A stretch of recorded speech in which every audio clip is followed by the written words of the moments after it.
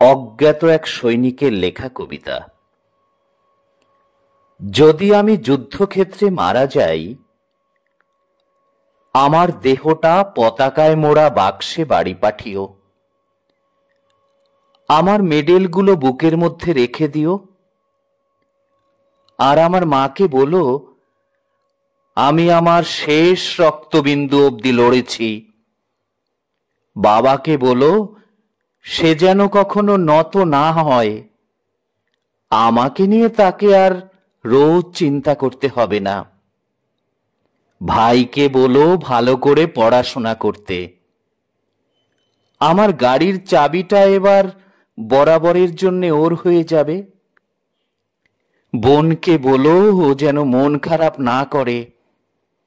তার ভাই সূর্যাস্তের মতো চিরনিদ্রায় চলে গেছে।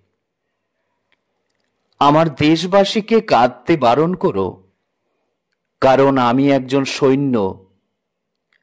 আমার জন্মই মৃত্যুর জন্য।